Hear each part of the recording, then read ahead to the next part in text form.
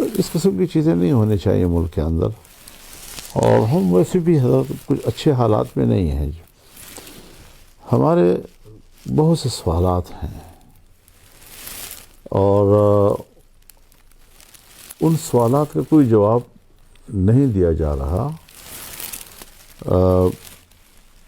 India کے ساتھ ہماری جنگ، مشرقی سرحد پر ہماری جنگ، مغربی سرحد پر ہماری جنگ، اور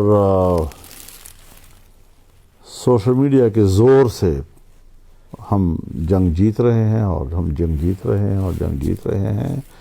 اس کا کیا فائدہ ہے؟ تو ہمیں کیوں جنگ لڑنی چاہیے؟ ہمارے پاس کیا کوئی میکینزم نہیں ہے؟ کیا کوئی نظام ہمارے پاس موجود نہیں جس میں ہم کوئی خارجہ پالیسی بنا سکیں؟ ایشوز آتے ہیں. اب یہ بات کہنا کہ افغانستان میں وہ مسلح گروہ کہ جو پاکستان میں آ کر کارروائی کرتے ہیں ان کے مراکز ہیں، تو ہم اندر جا کر سٹرائک کریں گے. اب جو صورتحال آپ کو افغانستان کے ساتھ ہوتی ہوئی نظر آ رہی ہے، کیا یہی بات، یہی الزام آپ نے ایران پہ نہیں لگایا تھا کہ بلوچستان کے مسلح گروہ جو ہیں ان کے مراکز ایران میں ہیں؟ کیا اسی بنیاد پر آپ نے ایران میں اسٹرائک نہیں کیا تھا؟ کیا اس کے جواب میں انہوں نے اسٹرائک نہیں کیا پاکستان کے علاقے میں؟ آج دونوں ممالک کے حوالے سے تمہارا الزام ایک اور رویے دو. کیوں؟ ایک پڑوسی کو آپ اور طرح ڈیل کر رہے ہیں، دوسرے پڑوسی کو آپ اور طرح ڈیل کر رہے ہیں. تو پھر بھی ہم یہ سوچتے ہیں کہ بھئی مذاکرات چل رہے ہیں اور ہم مذاکرات کو ایک اچھے نتیجے تک پہنچنے کے منتظر ہیں. ہمیں ایک پرو پاکستان افغانستان چاہیے، اور جو پاکستان نے اگر کہتا ہے کہ ہم نے تو بڑا آپ کو سپورٹ کیا، آپ کی مدد کی، تو افغانستان کو اپنا دشمن بنانے کے لیے تو نہیں کی، دوست بنانے کے لیے کی ہے. ساری غلطیاں دوسروں کے اوپر تھوپ دینا. بھائی آپ اگر پاکستان میں کوئی دہشت گرد ہیں تو یہ آپ کا داخلی مسئلہ ہے، اور ان کے ساتھ تو نمٹ لو، پھر باہر جاؤ، پھر دوسروں سے بات کرو. تو یہ ساری چیزیں ہیں، اس میں ہم اس پہلو کو بھی نظر انداز نہیں کر سکتے کہ امریکہ یا مغربی دنیا اس کا نظریہ کیا ہے. اس وقت 9/11 کے بعد مغربی دنیا اور امریکہ کی جو ذہنیت ہے اس کا تسلسل برقرار ہے کہ ان کو مذہب سے، اسلام سے، مذہبی شناخت سے، داڑھی پگڑی سے، مسجد اذان سے نفرت ہو گئی ہے. اب افغانستان میں جنگ کے ذریعے سے وہ ان کا خاتمہ نہیں کر سکتے تھے، ان کو افغانستان چھوڑنا پڑا. ناٹو کو بھی بھاگنا پڑا، امریکہ کو بھی بھاگنا پڑا. اب اس وقت اگر پاکستان افغانستان میں کارروائی کرتا ہے تو دنیا میں تاثر یہی جائے گا کہ امریکہ اور مغربی دنیا افغانستان میں امارت اسلامیہ کے قیام کو برداشت نہیں کر سکی، تو پاکستان جو ہے وہ اب وہاں پر فوجی کارروائی کے لیے تیار ہو گیا ہے. تو ضیاء الحق کے زمانے میں بھی ہم تیار ہو گئے تھے افغانستان میں، مشرف کے زمانے میں بھی ہم تیار ہو گئے تھے.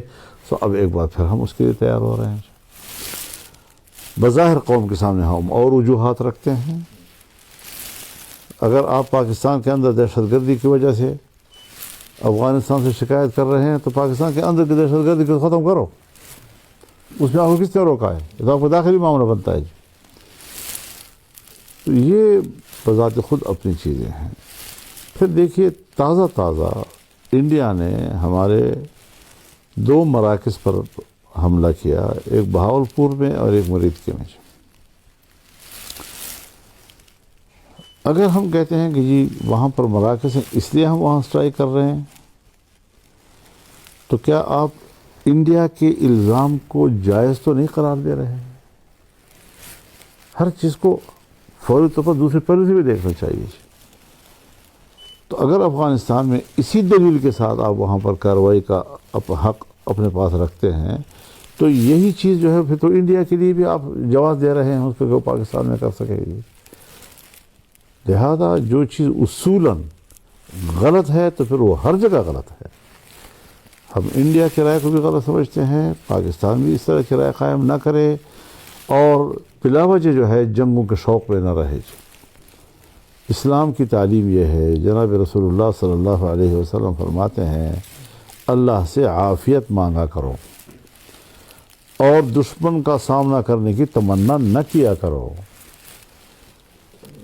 ہاں اگر آ گیا آمنے سامنے ہو گئے پھر ڈٹ جاؤ۔ تو ہم تو جیسے خود جنگوں کو دعوت دے رہے ہیں، شوق ہے ہمیں کہ اس سے بھی لڑنا ہے، ادھر بھی لڑنا ہے، ادھر بھی لڑنا ہے۔ اس سے پاکستان متاثر ہو رہا ہے، پاکستان کی معیشت متاثر ہو رہی ہے، اور اختلاف ہمارا وہاں افغانستان کے ساتھ ہے، بدلہ ہم مہاجرین سے لے رہے ہیں۔ اب مہاجرین تو 40 سال سے رہ رہے ہیں، ان کا کیا گناہ ہے کہ آپ ان کو اٹھا کے پھینک رہے ہیں، ان کے بچے رو رہے ہیں، عورتیں جو ہے دربدر ہیں، اور ہم ان کو انسانیت کو بھی ہم مد نظر رکھ کر ان کے ساتھ رویہ نہیں رکھنے کو تیار ہیں۔ تو افغانی اور پاکستانی کے سوال پیدا کرنا یہ کوئی پاکستان دوستی نہیں ہے، یہ کوئی پاکستان کی خیرخواہی نہیں ہے۔ ہمیں ایک دوست پڑوسی چاہیے اور ان کے ساتھ بات چیت کرو۔ اس لڑائی سے پہلے اگر ہم بات چیت کرتے تو کیا گناہ تھا جی جو اب ہم کر رہے ہیں؟ تو ہم اب بھی بات چیت کو جائز سمجھتے ہیں اور چلیں سمجھیں ایک دوسرے کو۔ اور جو ممالک بیچ میں ثالثی کا کردار ادا کر رہے ہیں، قطر ہے یا ترکی ہے، ہم ان کے شکر گزار ہیں اور ہم سوچتے ہیں کہ ان کا احترام کیا جائے، وہ ہمارے خیر کے لیے سوچ رہے ہیں جو۔ تو یہ تو ہمارا اس حوالے سے ایک رائے ہے اور اس رائے کو سمجھنا چاہیے ان کو۔ ہم آنکھیں بند کر کے ساتھ دینے والے نہیں ہیں، نہ ہمارا آرمی چیف سے کوئی لڑائی ہے، نہ ہماری کوئی نواز شہباز شریف سے کوئی لڑائی ہے، نہ ہماری فوج سے کوئی لڑائی ہے، نہ ہماری بیوروکریسی سے کوئی لڑائی ہے۔ ہم اپنے ملک میں ایک رواداری کا ماحول ہر وقت دیکھنا چاہتے ہیں، اور جمعیت علماء اسلام نے تو مسلسل اس رواداری کے ماحول کو برقرار رکھنے کے لیے، یعنی یہاں تک کہ ہم پہ تنقیدیں شروع ہو گئیں